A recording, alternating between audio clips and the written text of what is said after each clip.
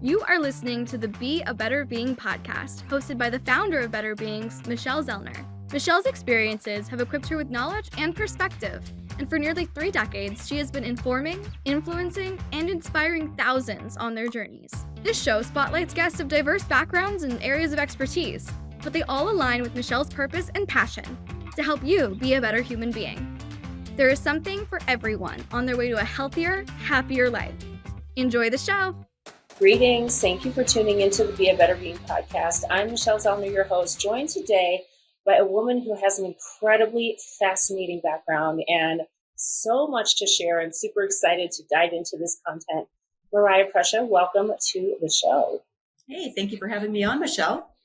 Well, it is my pleasure. I put out a post looking for someone to speak on confidence, and I was shocked at the number of people who answered the thread, because what that tells me is this is a big conversation. I think it's a big topic that maybe we really don't have enough conversation on, and yet it is so incredibly important for someone's overall health and happiness and how they're going to go about getting through life. So when I read your bio and read all the things that you do, I thought you are actually the perfect voice for this message. So what I'd like to do is just have you give us a little background, who you are, where you are, what you do, and then we'll dive into a little more of the deeper content.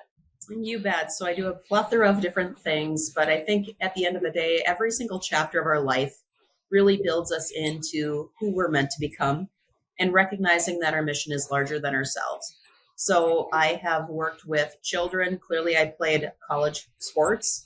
I fought professionally with mixed martial arts, boxing, but personal training for over 20 plus years. I've had the opportunity to work with a vast range of age, including youth, at-risk youth. I was partnering with the Fargo Police Department to help teach children self-defense. I still do self-defense seminars throughout the tri-state area. I also travel for motivational speaking, adjunct professor, radio show host, and then founder of the nonprofit definethefight.org. So currently I am in the state of North Dakota. Very grateful that it's summer, that the sun is shining, so life is good. But overall, at the end of the day, I think what is important is recognizing that we need to empower individuals to lead from within and provide them the tools to do so. Well, I absolutely second that message. And let's talk a little bit about just your upbringing as an athlete and getting into mixed martial arts and all of that, because I know a lot of people who come out of the sports arena, one of the things that they do identify is that it really did help build their confidence. And as a former competitive gymnast myself, I would say that's true. I don't know what it would be like to have not done sports, to know if I would have had confidence anyway. But curious what you've seen, especially because you've worked with youth and kind of up through the ranks as well. So what is your experience with that? Well, I think the key thing is to understand that we need to learn to accept that failure isn't a bad thing. I think it's a good thing, because what we do is we're allowing lessons of growth to occur. So if we're aiming for perfection, the reality is it doesn't happen. And we've learned through team sports or individual sports that you're not always the top person. You start from the bottom of the totem pole and you work your way up. And as you make that climb in your sport, that's where confidence starts to build. But you're going to have some hard knocks, some checkpoints where it's like, okay, you're going to feel a little insecure in some spots when you have athletes that have a higher skill level than you. But the reality is recognizing the worth of putting in the time and the effort to reap those benefits or to be seen, right? Because everybody wants to be seen. They want the affirmation of, yes, I'm a standout athlete. I'm contributing to the team. And I think with sports, what helped me was learning effective communication skills with other individuals. And then in high school, I stood out more in sports. And then going into college, it was like you were starting from scratch. So that's where more of the growth mindset came into play, is because people had been sharpening their tools, their skills for a longer period of time. They were going against higher levels of competition. So that provided that room to really, okay, I need to dive in here. I need to do the work, not just physically, but mentally. And I think that's the big thing, is what makes or breaks an athlete is their mindset. We'll break there first before we break physically, typically. And for me, when it came to getting into the cage, getting into the ring, I didn't start training until I was the age of 36. So at that point, you usually see people with mixed martial arts starting at a young age and adding in. Where I was at 36, I understood nutrition. I understood the importance of working out, but I needed a goal. And the crazy thing is, one of my gym members, I had my own gym at that point. I still have a business, but not the actual brick and mortar. She said, do you know my son? He fights mixed martial arts. I'm like, I have no clue. She goes, I think you should meet him. At that point, I met him, and it was under the intention of learning more to add to my cardio kickboxing class and to add different combinations to my personal training clients for boxing and kickboxing. It led into so much more, where he's like, all right, Mariah, I want you to meet me at my trailer house. And I have a wrestling mat in the middle of the living room. I'm like, okay, I need to make sure first I'm bringing somebody with me. I have no idea what this guy's intentions are, but that's literally where it started. And clearly I had some trials and errors along the way between February of 2013 and my first fight, which was October 2013. I completely tore my Achilles tendon in that time frame, had surgery, trained on one leg, and pushed my way all the way to getting into the cage for the first time. So as we develop as athletes, as we develop as individuals, it's important to understand that resiliency is also a huge factor of how bad do you want something? And you have to be willing to push for it. You have to be able to take those steps each and every day and have non-negotiables. Like, this is where I'm going. Same with our children, is teaching them the same thing of, you're going to have bumps in the road. Are you going to allow those rocks to build up on the road? Or are you going to grab them and start throwing them off to the side to clear your path, to pave your way? I love that analogy. And I want to really bring this back to kids. And obviously it plays a role in every interaction we have, but so much of confidence is also the messages that we are receiving as we are going through the learning process, right? And whether it's a parent, it's a teacher, it's a coach, how we deliver a message to somebody is going to play a huge role in how that message is received and what it actually does internally. So can you give maybe a couple of different approaches of things you've seen, things that have worked for you, things that don't work? Give a little tangible takeaway for the listeners on that point. You bet. So I've had this conversation. So I've gone in and worked with sports teams in high school. And it wasn't just for the athletes. It was also for the coaches. And we need to learn how to understand how to deliver a message and how somebody can take it. So A, are you the coach or the athlete that does well with a military style delivery? Like, give it to me blunt. Let me know. I just need to know what I need to change. Are you that individual where it's like, okay, I need more coddling? Soften it up for me. Make it to the point where it's like I can connect with it emotionally. Or are you the individual in the middle where you like the push, but then also the balance of understanding that, okay, sometimes I've already beat myself down. I need that person who's going to build me back up. And I think that's the key thing when we're either talking about our children, or if you're a coach, depending on whether it's children or adults, where does that person best receive that message? And we don't know unless we ask. And I think that's the biggest problem or concern that we have in today's society, is we assume that our delivery is always the best one, where we listen to react instead of listen to understand. I think is the biggest thing is, okay, so talk to your child. What works best for you? And then you can start tailoring your messages towards that. And if they are a child that is more the coddling, how can you start getting more towards the middle of the road? Because as we know, the world is not going to just shift for that individual. We want to make sure that they're strong warriors moving into the future. And I think that is one of the great challenges, right? I think about my own gymnastics experience where we're 15 girls on the team. My coaches had to know how to deliver messages individually to each of us. Mm-hmm. And I mean, that's a big undertaking. Even you think about your own children. One child takes a message a certain way, another child needs it delivered in a different way. So all of this requires a lot of dedication, intention, understanding, learning to connect, and willingness to be able to adapt your approach to achieve those unique differences that people are experiencing. What can happen if, the message consistently is delivered to me, and maybe as a 10-year-old athlete or a 10-year-old student in math class or a 10-year-old child, I don't know how I receive messages. I just know that you're the authority and you're telling me something. So let's talk about, what can happen that can really diminish somebody's confidence versus the opposite approach that could actually help boost their confidence.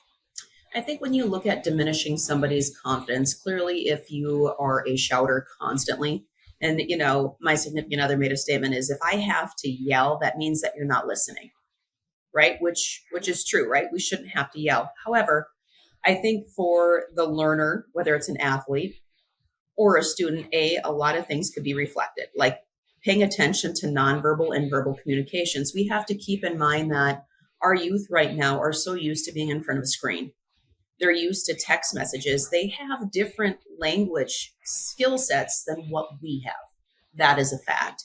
I need to work on this with my children, where it's even getting back to writing so that they can interpret, because sometimes they don't hear it audibly. Sometimes they have to see it visually.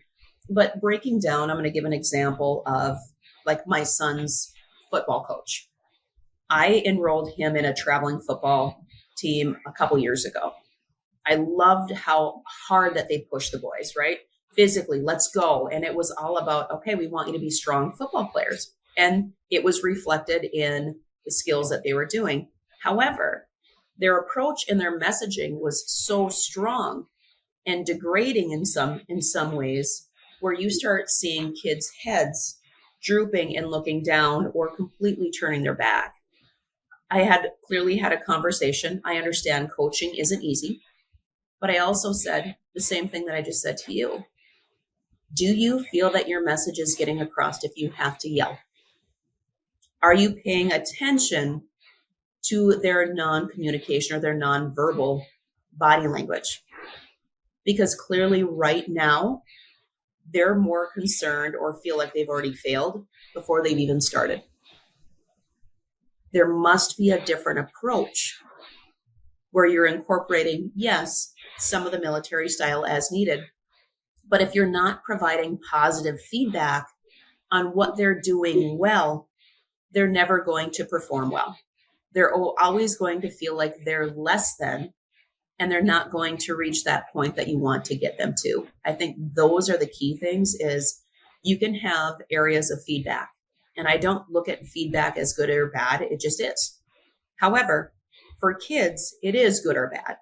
So it's breaking it down. So, okay, if you are giving them feedback on something to improve on, it's also making sure that you are giving them areas of where they're doing well. So you're giving them the balance. So so they're not just taking a negative, they're getting a balance of both.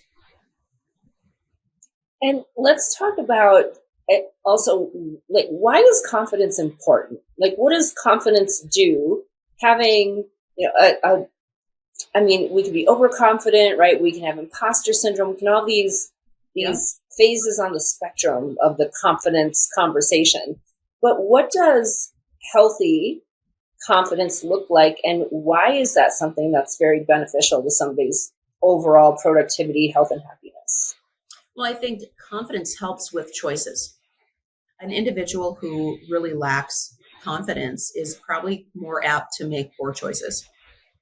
That, or get stuck in the fact of not reaching for a goal because they're so scared of failing at the goal that they don't even set it. When you look at levels of confidence, our ego, right? Everybody has an ego, and we need an ego to have confidence, but we also need to understand controlling the ego so that it doesn't come off as overconfidence. And now it puts us in a set of not being successful because no one wants to work with you, right?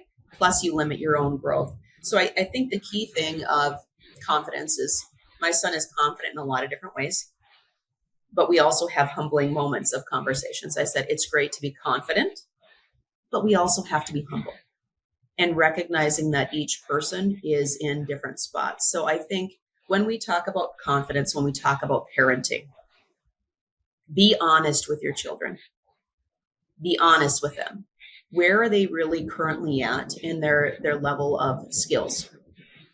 But then also if they are having conversations about friends or teammates, so on and so forth, if they're degrading and belittling, that's where the conversation really needs to come in, because that is going to carry into when they're adults. So, I mean, I kind of went off the path of what you asked, but I think the key thing is for us is to be positive role models for our children and to make sure that we're not degrading children in their abilities, because now they can also take that in. Okay, well, are they degrading me when I'm not around? Are they being honest with my performance and my skill level? And why would an adult be putting down a child in the first place? Well, and I want to circle back to the point of being honest, right? Like we can be honest with each other. We can be honest with ourselves. I can honestly evaluate myself. And if there's something that is less than what I want it to be, that's not me being negative. Right. That's me being honest. And so I think in this attempt to never hurt someone's feelings, to always, talk, even speak well about yourself, right?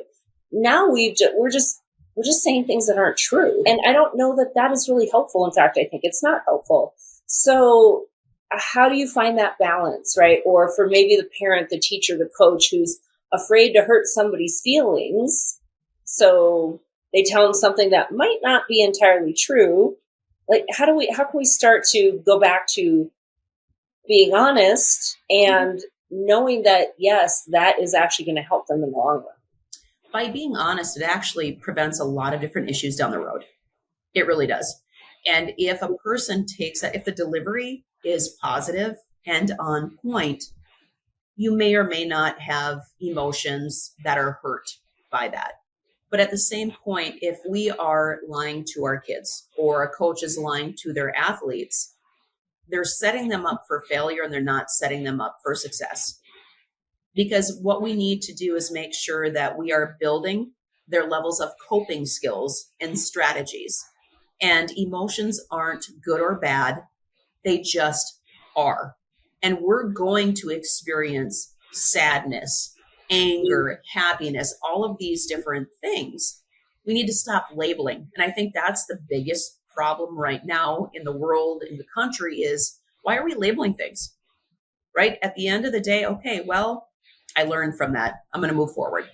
So I think that's the problem, is if we lie and we're not honest about where they're at, we're only putting them in a spot where they're going to get more damaged in the future. So be honest with your kid. You don't have to say, oh my God, you did terrible. This is horrible. No, you could say, you know what? That wasn't your best game, right? These are different things that could be worked on. And this is what you did well. Do you want to work on these tomorrow? Right? And it's as simple approach as that compared to the degrading or like, oh my God, you did great, right? You missed every single shot, but you did great. Did they? And it's okay. It's okay. So.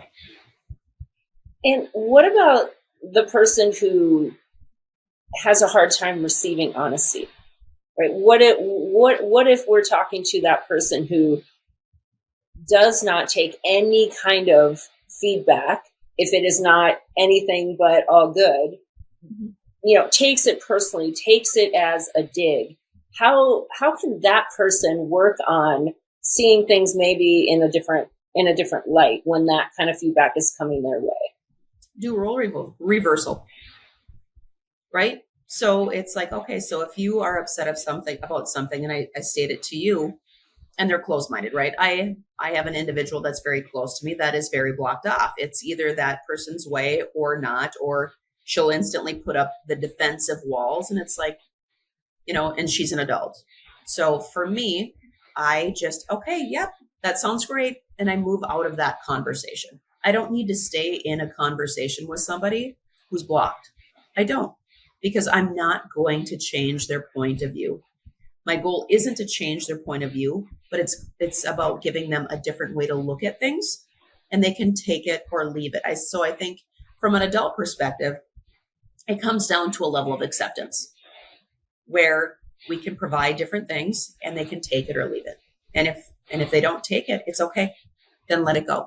And we need to move forward, because what we do is we hang on to baggage.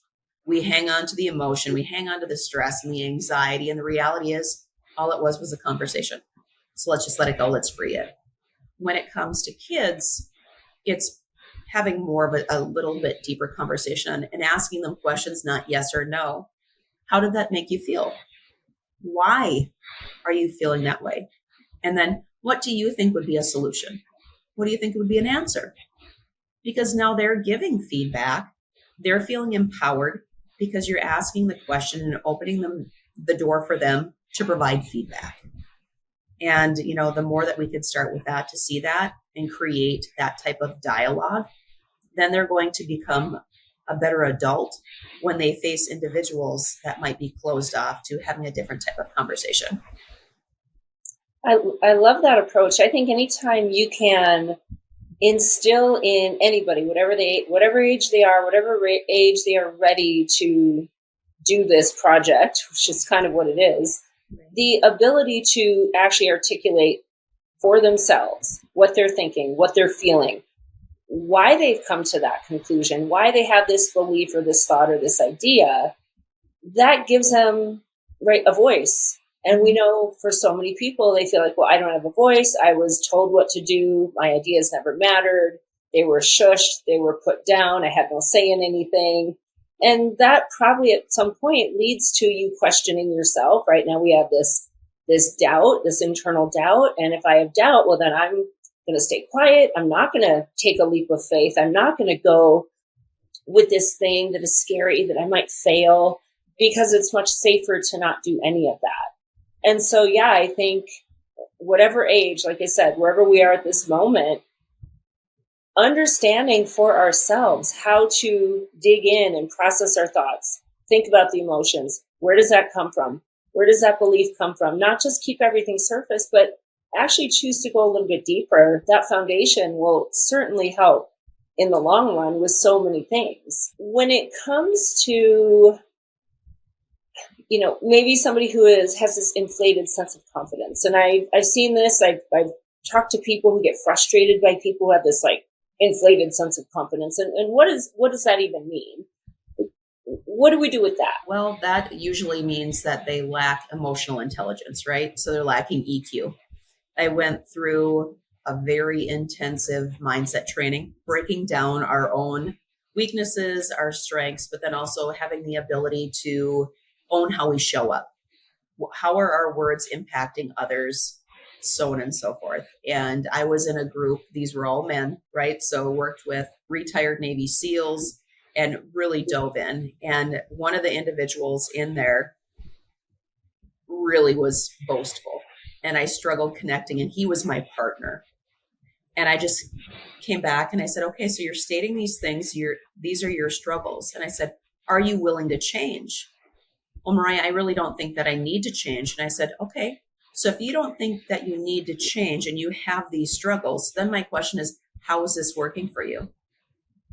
Right? At the end of the day, if this isn't working and your employees aren't working for you or with you or in a team, and you're showing up whenever, right? It's like, and you're not empowering them, because he had some conversations that I would have never had with an employee. I just said, is it your employees or is it the leader? And are you being an effective leader right now? And only you can determine that. So if you want change, if you want growth in your company and in your business, then the leader needs to change, because that's how everything trickles. It trickles from the top down to the bottom. So you've created this picture. If you wanted it to change, then you also have to be willing to create that change.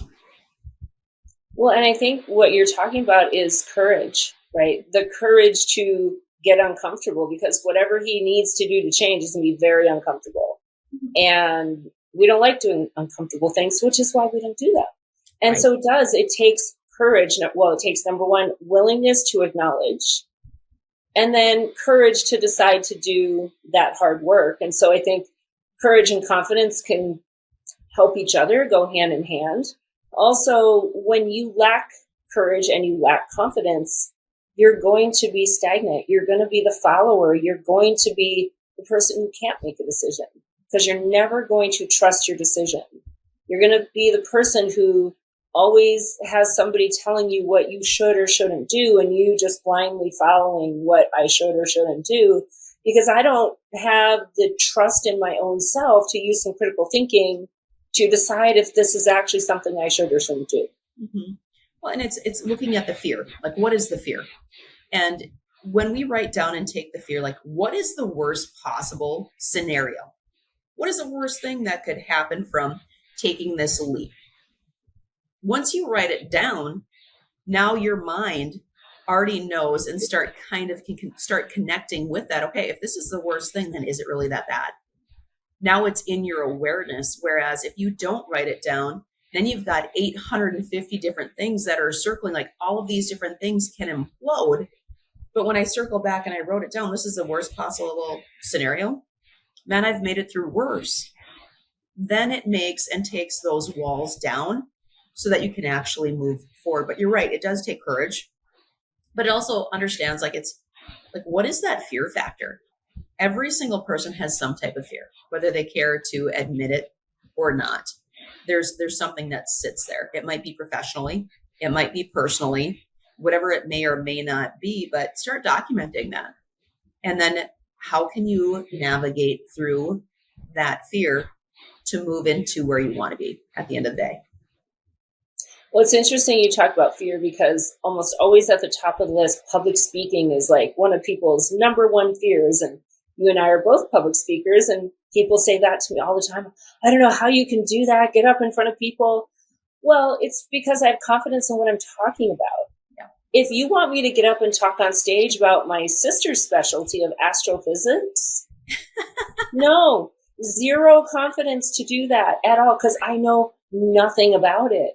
Mm-hmm. So we're confident in what we know, right? Mm-hmm. And when you build skills and you learn and you know things, you're confident in them. And I think that is a way that somebody can build their confidence in something, is build your foundational knowledge, and then understand and trust yourself that you actually do know these things. Stop comparing yourself to what other people are or aren't doing, do or don't believe, right? Because that is one of the things that I think generally starts to diminish somebody's confidence. Mm-hmm. We start watching everybody else, and then we start internalizing and judging against ourselves. I know that was a big thing for me in gymnastics. I would be watching my teammates or that other girl on that team do her routine and think, oh my gosh, I'm not that good. Well, as soon as you start telling yourself you're not that good, guess what? You're right. You're not. And you're going to go perform that way. So I think, yeah, the comparison that we now, of course, with social media is so much more prolific is a big problem. So what can we do with that? What do we do for people who are kind of stuck in that Instagram reel, comparing themselves? And even if they don't think it's impacting them, we know it is. So maybe what are some ways to start pulling out of that loop? It's a dopamine hit, right? So anytime that somebody likes your image or somebody comments on your video, or it's all these different things we're looking for, and I'd say most of society is looking for that fixation. And when it's something that is so constant where you instantly you're drawn to your phone, like you have to go there, you have to see what's going on, you're seeking dopamine. At the end of the day, that's what it is. The problem with that is, let's just say social media shut down, right? No one can get on it anymore. You have, right? I would be excited. I'm not going to lie. I like the clap, Michelle. What would end up happening is you start looking at social media influencers or the top YouTubers, so on and so forth. Yes, they're making, residuals from that, but it's also, what's more than the residuals is that fix. what I would hate to say or see, and I think would happen, is now you're going to start seeing suicide rates rise because they're now like, how do I find my affirmation? Right?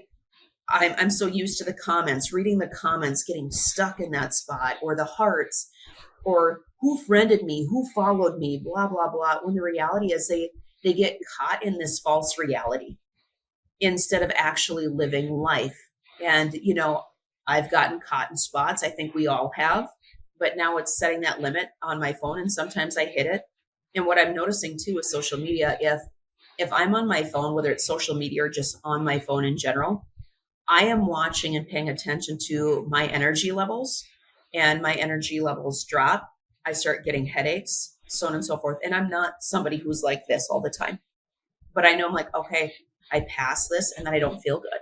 So when it comes to social media and constantly being on it, I challenge individuals to start setting the limits. Put a limit on your Facebook, put a limit on your Instagram, and or even set a timer. Once you set your phone down, how fast of a turnaround is it that you're grabbing your phone? What are your levels of conversations, or how present are you when you have other individuals in the room? Is the phone more important, or are the people that are next to you more important? And if you're only getting confidence from social media, then it's time to put social media down and start doing the work. Because the reality is this: you are disservicing yourself, but most importantly, you're disservicing the world because you are not providing your purpose and your passion to the world because you're getting consumed in a false reality. Well, and I think a lot of times we're looking for validation, right? And social media can provide instant validation. The problem is when it doesn't come, or it doesn't come from the people you wish it came from, right, or it doesn't come as much as your friend is getting. That's when it starts to have a really negative effect, right? So I think it's like anything else. It's all about how you use it and how you respond to it. There are people I know who can look at all the social media they want. It does zero negative, none. Right. Because at the root, they know who they are. They know what's important. They know what matters. They've already defined their core values and principles, and it doesn't matter what someone does or doesn't say. Of course, it's always going to have an impact. Trust me, there are times when I do something and I'm not getting the response that I usually get, and you do start to question you. And then I have to remind myself, you know what? I can't control them. I know I'm doing me. I know I'm doing the right thing. I'm saying the right thing. I can't control how somebody responds to me. Well, and looking at the entertainment of how we have to be entertained now compared to in the past, or even like the attention span. The attention span before COVID used to be 20 seconds. Now it's like 7 or 8 seconds to keep and captivate somebody's attention, which is sad and it's disheartening. But then when we look at the entertainment value of the videos, and believe me, I've watched some of these videos. So, just the level of, I don't want to say stupidity, but kind of, it's like, let's grab somebody's attention and just throw some random stuff out there where either they're putting themselves in harm's way because they're trying to be so over the top to get the top views. Or again, it's just like, why are we doing that? I look at social media. I have it predominantly for the fact of marketing. I really do. But I also like to put positive things out for individuals because right now our world is in a level of, bringing hope to the hopeless, right? We need to have positive things that are pushed out because right now everything that we're seeing on the news or different media outlets is such a negative feel and energy where we as individuals become sponges and we suck that in. So be cognitive of how you are fueling not only your mind, your body, but your spirit, because everything right now literally is under attack. Whether it does, I don't care what your political view is. I don't care what your religious view is or anything like that. The reality is right now we are getting hit from all areas, and so are our kids. So that's why it's important to make sure as a parent, you're taking care of yourself inside and out so that you're able to take care of your children too. And let's go back to confidence, right? And how somebody can build confidence. You're a personal trainer. I was a personal trainer for many years. I know that when I am physically strong, I have more confidence. Mm-hmm. I know that when I'm nourishing my body with what it takes to fuel it optimally, I feel better and I have more confidence. I know when I am well versed on the topics that I want to speak and engage people on versus I haven't stayed on top of the latest and greatest, I have more confidence. So from those foundational aspects, whether you're a kid, a teenager, a full-grown adult, what are some of the basics that really do show to help boost somebody's confidence? Well, clearly fitness does, right? So when you're taking care of your health, working out, I think it comes down to habits to help build your confidence. So are you setting up time to, is it every single day? Even if it's 20 minutes a day, 30 minutes a day, doing something is better than doing nothing. And if you have been very sedentary your entire life, then it's all about baby steps. I think when we look at the fitness industry, it's this false facade where it's the push that you have to find it until you grind it, or grind it until you don't, and it's wrong, and it's really scary, and it's fearful for individuals. Or you have to look a certain part to be healthy. It's wrong. You can look at individuals who are extremely skinny, and you call that like the skinny fat, right? And I hate the word fat, but I mean, it's, you get the gist. And then you have individuals who clearly are heavier set that are actually healthier than this individual right here. So for individuals is start with something.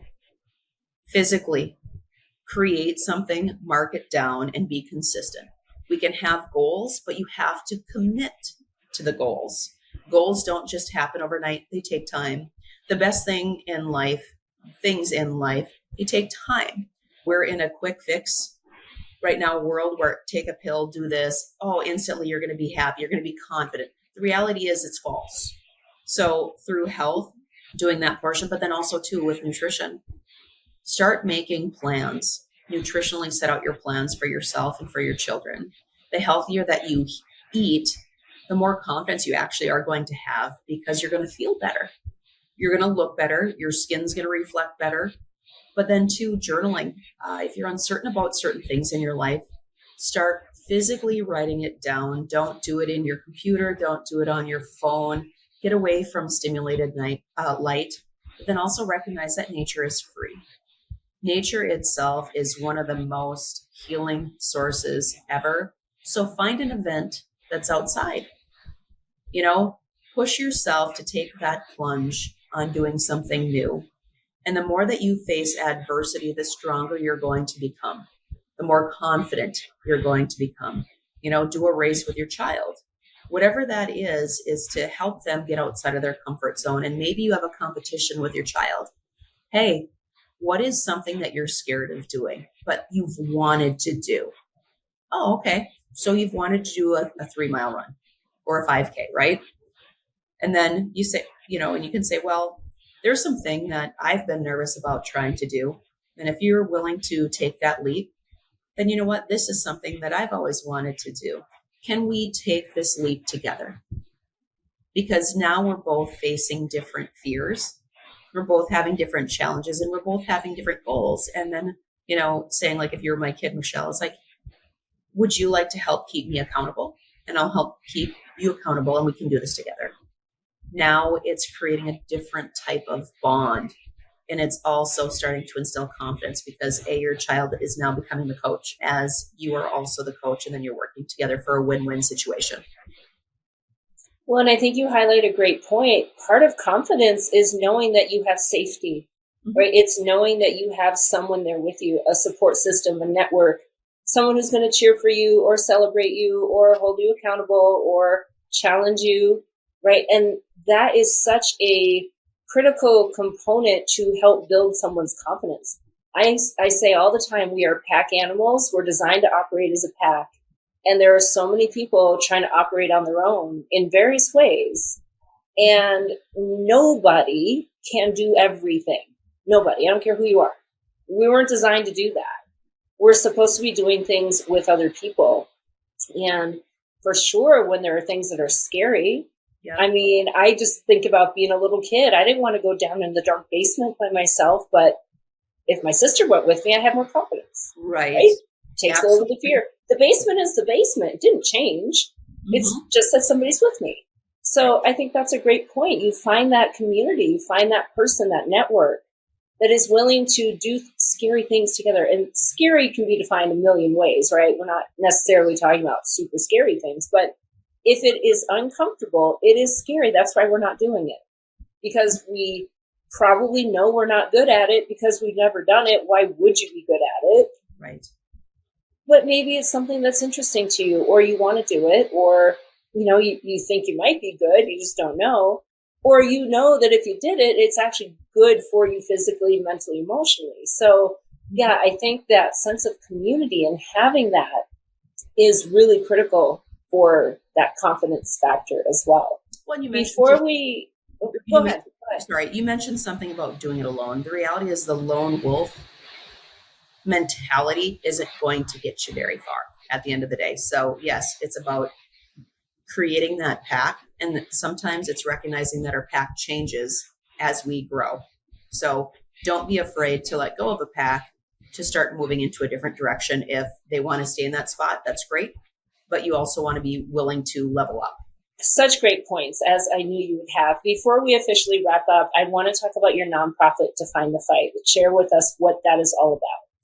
Well, Define the Fight is my trademark, where until you define the fight, how do you expect to win the fight? So it's having a clear vision, taking the action items to move forward. Initially, it was intended for adults, but why wouldn't I want to make sure that kids are also learning how to define their fight? So we have 4 different phases of the nonprofit.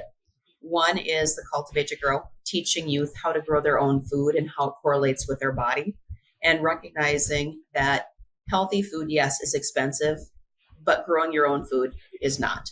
So how can you do that in small quarters?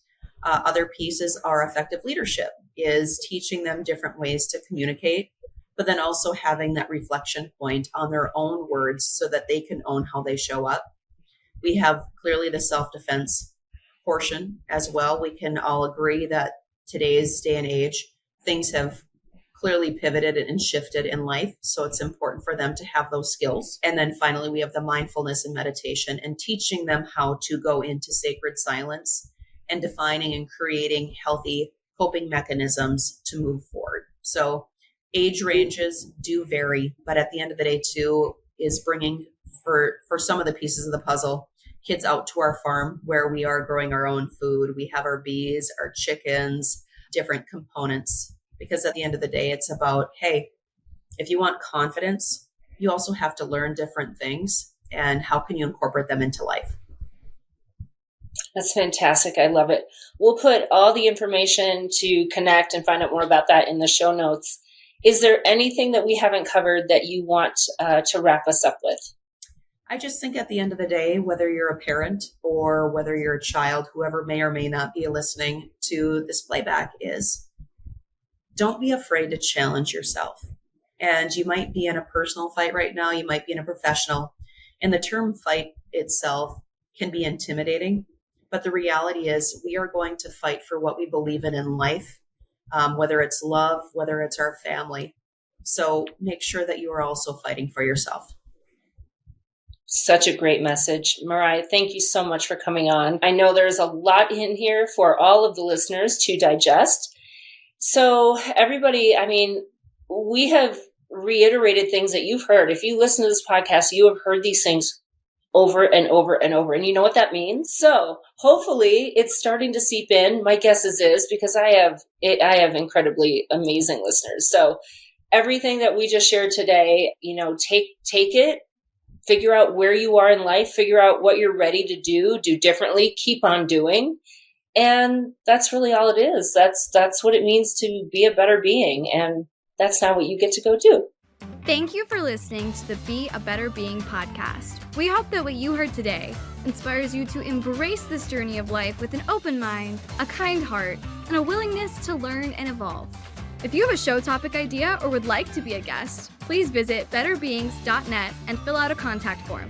Until next time, go and be a better being.